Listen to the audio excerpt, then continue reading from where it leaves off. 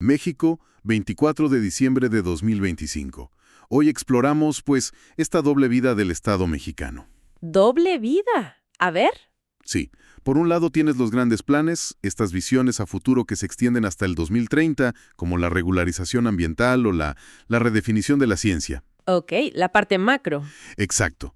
Y por otro, la maquinaria del día a día, la que se ocupa de un fraude de 40,000 pesos en Chihuahua o de un par de barcos abandonados en Cozumel. Ya veo. Vamos a ver cómo conviven o cómo chocan estas dos realidades. Me parece un gran tema. De acuerdo, empecemos a desglosar esto. El primer tema es enorme: medio ambiente y energía. Uf, ¿sí? Hay un plan para regularizar miles de gasolineras e instalaciones de gas LP. Pero lo que me llama la atención es el plazo, hasta el 2030. Ajá. Un plan a 5 años, bueno, suena bien en papel, ¿no? Pero, ¿no corre el riesgo de ser una forma de patear el problema para adelante? Es una pregunta muy válida. O sea, ¿qué garantiza que el siguiente gobierno no lo guarde en un cajón y listo? Creo, y esta es mi lectura, que la respuesta está en la estructura del plan. ¿A qué te refieres? A que no es una promesa vaga, un vamos a regularizar. Es un cronograma de inspecciones, publicado por la ASEA, la Agencia de Seguridad de Energía y Ambiente. Ok. Es un calendario vinculante que dice, en 2026 vamos a inspeccionar Ciudad de México y Estado de México. En 2027, Jalisco y Michoacán. Y así se van. Ah, ya. Es un intento, me parece, de blindar la política ambiental contra los ciclos políticos, de crear una ruta de trabajo que trascienda una sola administración. Entiendo, es una hoja de ruta pública, pero junto con esto veo una nueva norma oficial mexicana para las gasolineras, la PROGI NOM 23 ASEA 2025. Así es. Ya existía una de 2016 que falló. ¿Hubo algún desastre o incidente específico que obligó a las autoridades a decir esto no es suficiente, necesitamos reglas mucho más estrictas? Fíjate que no se menciona un solo incidente catalizador, pero la norma en sí misma es la evidencia de que lo anterior era insuficiente. A ver. Lo fascinante aquí es el salto cuántico en las exigencias. A ver, la norma de 2016 era como tener un cinturón de seguridad de 2 puntos en el coche. Ok, ¿cumplía lo mínimo? Cumplía, pero era lo mínimo. Esta nueva NOM es como pasar a un cinturón de 5 puntos con jaula antivuelco y telemetría. A ver, explícame esa analogía. ¿Qué es la jaula antivuelco para una gasolinera? Por ejemplo, exige que todos los tanques de almacenamiento sean de doble pared con monitoreo de espacio intersticial. ¿Eso qué significa en español? O sea, que si el tanque de adentro tiene una fuga, el de afuera la contiene y un sensor te avisa de inmediato. Antes no era un requisito tan estricto. Vaya. Además, pide un libro de proyecto, que es básicamente la Biblia de la gasolinera. ¿La Biblia? Sí, cada tornillo, cada plano, cada estudio de suelo debe estar documentado y aprobado antes de poner la primera piedra. Y un expediente de integridad mecánica de por vida. Ah, o sea que ya no basta con construirla bien. No, ahora hay que demostrar que la mantiene segura durante toda su vida útil. Se acaba la era del ahí se va. Y bueno, si estas reglas son el cómo, la pregunta es, ¿quién genera el conocimiento para lograrlo? Y ahí entran los centros de investigación como el CIESAS y el CIAD, que también miran a 2030. Exacto. Y ambos revelan una atención muy, muy interesante. Empecemos por el CIESAS, que es el Centro de Antropología Social. Ajá. Su plan es claro: usar las ciencias sociales para atender problemas prioritarios como migración, justicia hídrica, seguridad humana. Tienen presencia en 7 estados, que eso es clave. ¿Por qué? Para entender los problemas desde lo local, no desde un escritorio en la capital. Pero en sus propios documentos señalan un problema sistémico: la concentración de recursos. Uf, ese es el tema. Mencionan que entre 2019 y 2024, más de un tercio, o sea, un tercio de todo el dinero para investigación, se fue a 3 instituciones en la Ciudad de México. La UNAM, el CIMPESTAF y el POLI. Es brutal. ¿Cómo se supone que un centro como el CIESAS compita o distribuya el conocimiento si todo se queda en la capital? Justo a eso iba. Ese es su gran reto y su gran misión. Ellos se posicionan no como competidores, sino como democratizadores. A ver, ¿cómo? Su personal es de altísimo nivel. El 84% está en el Sistema Nacional de Investigadoras e Investigadores. Ok, la calidad la tienen. Exacto. El objetivo no es publicar papers que se queden en un círculo académico de la capital. Es que esa investigación sobre, no sé, comunidades indígenas, sobre mujeres en zonas rurales, realmente informe las políticas públicas a nivel local, a nivel comunitario.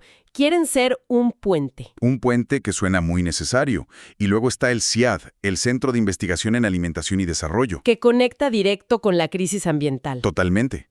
Su plan para 2030 es alarmantemente específico. Alarmantemente es la palabra correcta. No se andan con rodeos. Para nada. Dicen que México enfrenta 3 crisis interconectadas: el uso de agrotóxicos, la pésima gestión del agua y la pérdida de biodiversidad. Y no lo dicen en abstracto, ¿eh? No, dan ejemplos muy concretos. Ponen ejemplos clarísimos. Como su trabajo para sustituir el glifosato, estudiando sus efectos en la salud de jornaleros en Sinaloa y Sonora. Y el caso del agua en Sonora que describen es de terror. Híjole, ¿sí? Citan múltiples estudios que hablan de una crisis hídrica severa, no solo por el desierto, sino por la sobreexplotación de la agroindustria. Y por una ley, la de 1992, que critican por tratar el agua como si fuera una mercancía infinita. Y las consecuencias ya están aquí. La cifra que dan es escalofriante. Dila. En este año, 2025, los 72 municipios de Sonora están en sequía. ¿No algunos? No todos. Y la actividad agrícola en los valles del Mayo y el Yaqui, que son potencias agrícolas, se desplomó un 90%. Un 90% es que es casi desaparecer. El CIAD está intentando aportar conocimiento para una mejor gestión, incluso estudiando el agua subterránea, que es el 90% de la reserva, pero que ha sido ignorada. Aquí es donde la historia se vuelve una paradoja terrible. Por un lado, una crisis de agua que está secando el campo, y por otro, citan un reporte de la ONU de 2024 que dice que México desperdicia volúmenes gigantescos de comida. El nudo central del problema. ¿Cómo es posible?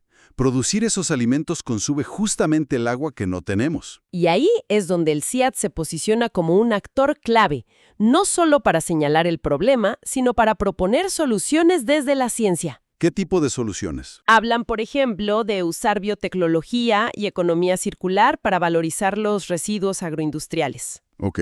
Mencionan el caso del nejayote, el agua residual de la industria de la tortilla. En lugar de tirarla, se pueden extraer compuestos valiosos.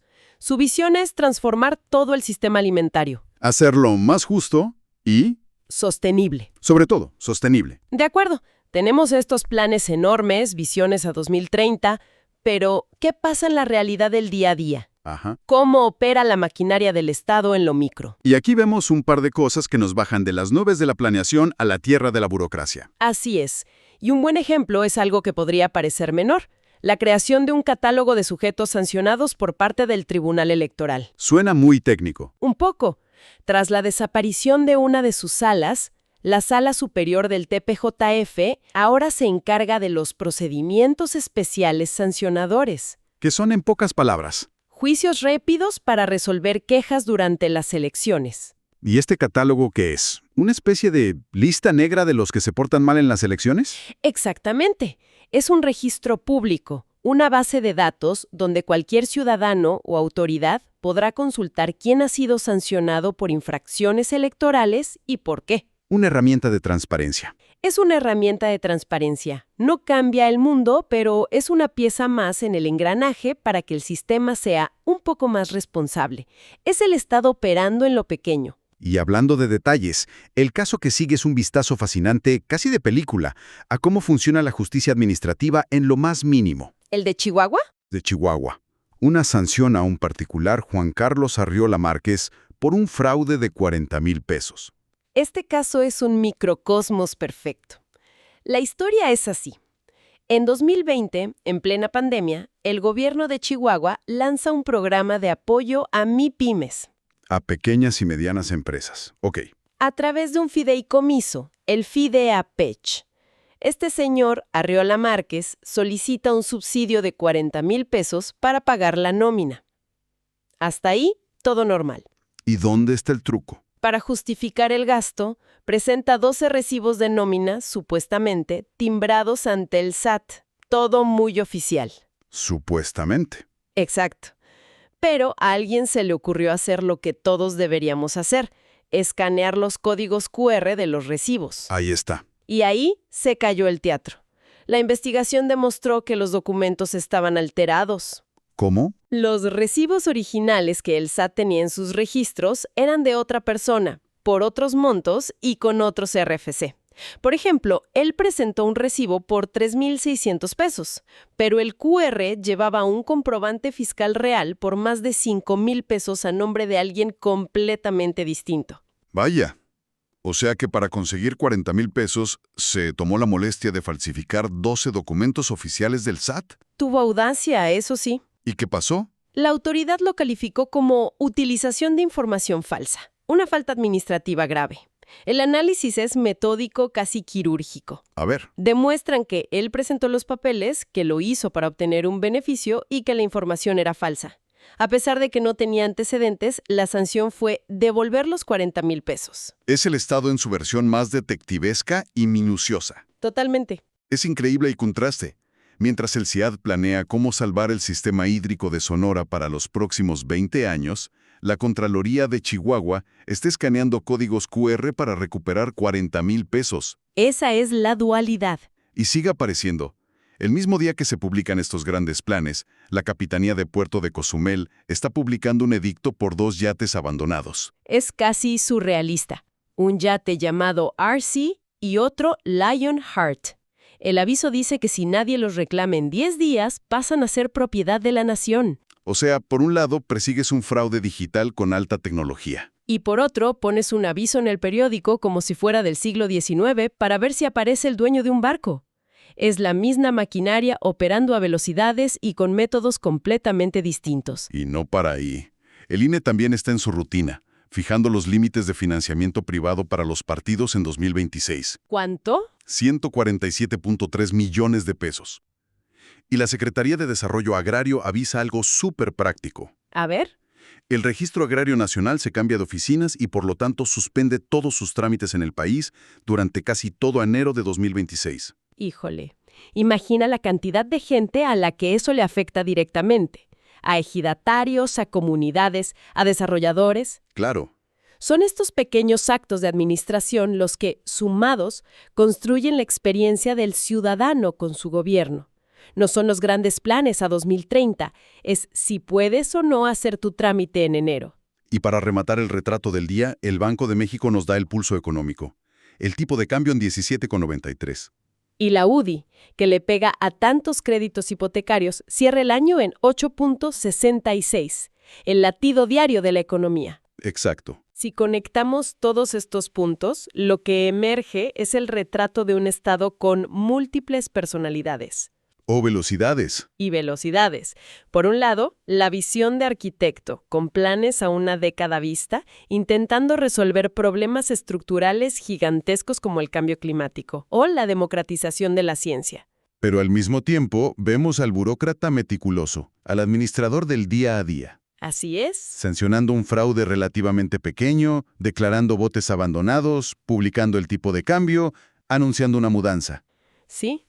Entonces, la pregunta que queda flotando es, ¿qué nos dice esto del país? Esto plantea la pregunta fundamental.